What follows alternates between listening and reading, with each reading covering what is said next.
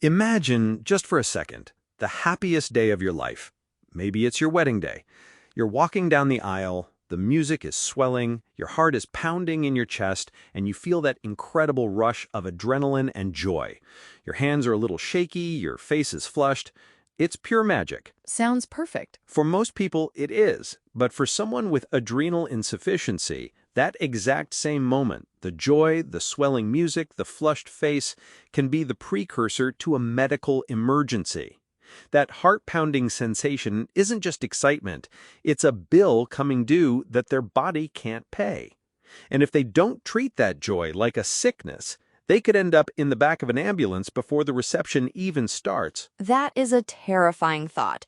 Treating joy like sickness. We're so conditioned to think of stress as this negative thing. Traffic jams, arguments, debt. But today we are flipping that script. We are talking about the physiology of stress in the context of adrenal insufficiency, or AI. And specifically, the idea that your body is actually kind of dumb? Is that fair to say? That it can't tell the difference between a bear attack and a wedding cake? It's not so much that it's dumb, it's just ancient and incredibly efficient. Today, we're diving into an article from My Adrenal Life titled, "Your Body Can't Tell the Difference." And it really challenges this modern idea we have of good stress versus bad stress.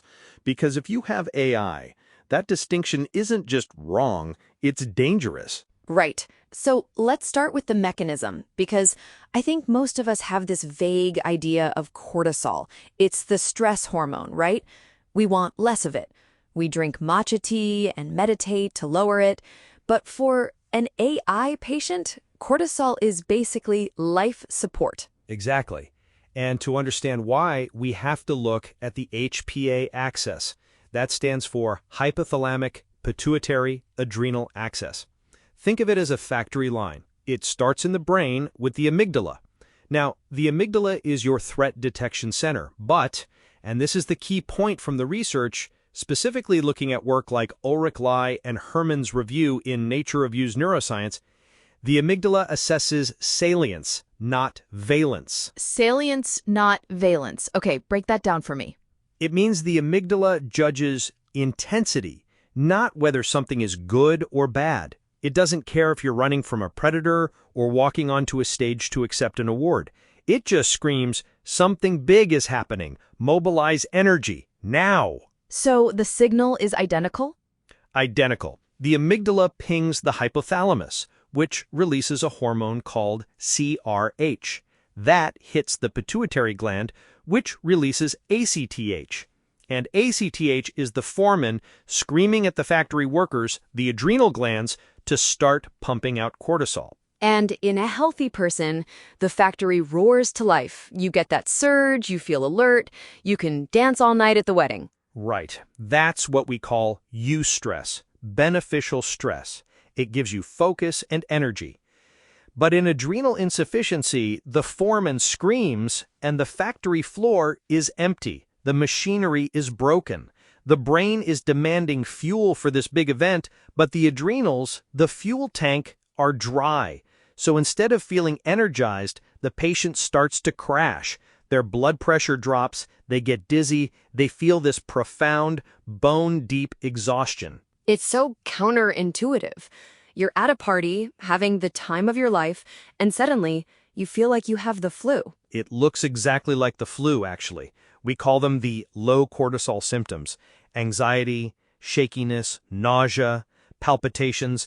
And the cruel irony is the more excited you are, the faster you burn through what little cortisol you might have in your system. So let's talk about the stressors themselves, because the article lists some really surprising ones. Obviously, we know illness is a stressor. If you have the flu, your body's fighting a war. That makes sense. But the list of good and environmental stressors is what caught my eye. It's a crucial list. The article breaks it down into physical and emotional or environmental. Physical is stuff like infection, sure, but also intense exercise. A heavy workout is a massive cortisol demand, or extreme heat. If you're sitting on a beach in 90-degree weather, you might feel relaxed, but your body's working overtime to regulate your temperature. That is a cortisol expensive activity. I never thought about temperature regulation as expensive, but it makes sense. And then the emotional side, the wedding, the first date. A first date is a classic example. You're nervous, you're excited, your heart rate is up. Physiologically, that is a demand. The article also mentions procedural stress, things like dental work. Even if you aren't scared of the dentist, the physical act of having your mouth open, the vibration, the local anesthetic, it all registers as trauma to the body. Okay, so if the body can't tell the difference and the demand is real, we need a strategy. The article outlines a decision matrix for when to dose, and I want to get into this because it feels like a high-wire act. You have to be your own doctor in real time. You really do, and this is where the Endocrine Society clinical practice guidelines come into play, which the article references. The framework is split into minor, moderate, and major stress. And the golden rule here is proactive management. You don't wait until the car has run out of gas to fill the tank. Give me an example of minor stress, because to me, a busy day at work feels major, but medically, maybe not. Medically, a busy day or a mild disagreement is minor. For that, the suggestion is maybe an extra 5 to 10 milligrams of hydrocortisone. Just a little bump. Think of it like topping off the tank before a long drive. If you know you have a big presentation, you take that 5 milligrams before you start shaking. Okay, and moderate. This is where we get into the wedding territory. Exactly. Moderate stress includes things like a wedding, a funeral, a high-stakes exam, or, and this is common, travel. Flying is incredibly dehydrating and stressful on the body. For these, the guidelines suggest doubling or even tripling your daily dose. And again, the key is preemptive. On your wedding day, you wake up and take a double dose immediately. You maintain that elevated level all day. That feels risky? I mean, I know we're talking about a deficiency, but I feel like there's this ingrained fear of steroids. Don't take too much, it's bad for you. Is there a mental hurdle there for patients? Huge mental hurdle. And it's valid, which we'll get to. But the article emphasizes a golden rule. It is always safer to take a small, unnecessary stress dose than to miss a necessary one. The risk of one extra 10 milligram tablet is negligible. The risk of an adrenal crisis, which involves shock, organ failure, and potential death, is massive. You have to weigh the acute risk against the chronic risk. Right. We're talking about staying out of the ER versus what?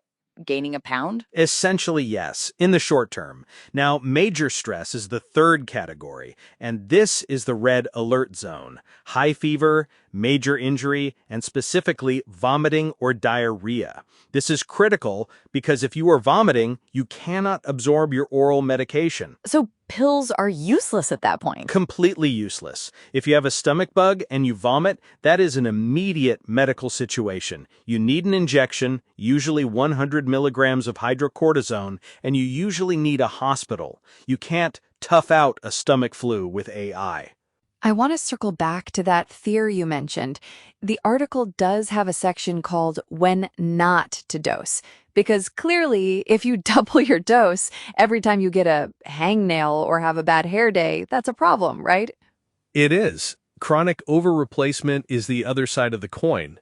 If you are constantly running your cortisol levels higher than your body needs, you run into long-term issues. Osteoporosis is a big one. Steroids can leach calcium from bones. Weight gain, insulin resistance, hypertension, even eye issues like cataracts. It's a balancing act. You're trying to mimic a natural rhythm that is incredibly complex. And that's why the article says you don't dose for everyday annoyances. If you're stuck in traffic, you don't pop a pill. If you're just feeling a little tired from a bad night's sleep, you don't double up. You have to learn to read your body's specific low cortisol signals versus just being a human who is tired. Distinguishing between I'm tired because I have a toddler and I'm tired because my vascular system is collapsing seems difficult. It takes time. The article mentions signs like air hunger, feeling like you can't get a deep breath, or flank pain, or a very specific kind of nausea. It's a skill built on self-awareness. I love the conclusion the author draws, though. It moves away from the medical mechanics and back to the philosophy of living, from fear to empowerment. That's the most important part. If you don't understand stress dosing, you live a life of avoidance. You say no to the wedding because you're afraid of the crash. You say no to the hike because you're afraid of the heat. You shrink your life down to this safe, tiny box. And the goal of the medication isn't just to keep you alive, it's to let you live. Precisely. The medication is a tool. By redefining stress, stripping away the emotional baggage of the word, and just seeing it as metabolic demand, you can engage with the world. You can say, yes, I am going to this wedding. I am going to dance. And I am going to take 20 milligrams of hydrocortisone to make sure my body can handle the joy. It's almost like you're giving yourself permission to feel intense emotion. You're budgeting for it. That's a great analogy. It's a physiological budget. You have to deposit the funds before you make the withdrawal. If you do that, the check won't bounce. Before we wrap up, I want to touch on one specific thing regarding the decision matrix that I think listeners might find confusing. The article mentions procedural stress again. Does that mean every time I get a teeth cleaning, I need to stress dose? Where is the line? That's a common question. The general rule of thumb from endocrinologists, and you see this in the Journal of Clinical Endocrinology and Metabolism guidelines, is about invasiveness and pain. A simple cleaning? Probably not, unless you have a severe phobia that causes a panic attack. But a root canal? Absolutely. An extraction? Yes. It's about the trauma to the tissue. So pain is a trigger. Pain is a massive trigger. Pain bypasses a lot of the cognitive processing and goes straight to the HPA axis. It's a primal signal. If you are in pain, your body demands cortisol to manage the inflammation and the shock.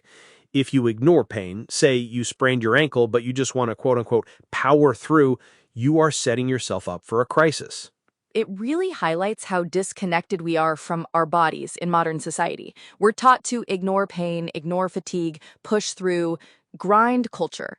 But for someone with AI, grind culture is literally toxic. It's incompatible with life for them.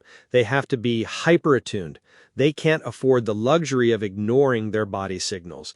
But again, that awareness is a superpower if used correctly. It allows them to navigate situations safely that otherwise would be dangerous. So if you're listening to this and you or a loved one has AI, the takeaway is don't trust your feelings, trust your physiology. Trust the demand. Look at the situation objectively. Ask yourself, is this hot? Is this physically demanding? Is this emotionally intense? If the answer is yes, dose for it. Don't moralize it. Don't think, oh, I shouldn't need pills for a birthday party. Your body doesn't know it's a birthday party. It just knows it's intense. And for those moderate stressors, the weddings, the travel, preempting is the secret sauce. Preempting is everything. Once the symptoms start, the nausea, the dizziness, you are already behind the curve. It takes time for oral medication to absorb, usually 30 to 45 minutes. If you're already crashing, that 45 minutes can feel like an eternity. Or worse, you might vomit before it absorbs. So take the medicine before the event. It's such a shift in mindset. We usually take medicine to fix a problem we already have. This is taking medicine to prevent a problem that hasn't happened yet, caused by something we actually want to do. That's the paradox. But solving that paradox is the key to living fully with AI. This has been such an eye-opening look at how our bodies process the world. It really makes you appreciate the invisible machinery keeping us going every day. If you found this helpful, or if you know someone navigating adrenal insufficiency who could use this perspective, please send this episode their way. It might just help them say yes to their next big adventure.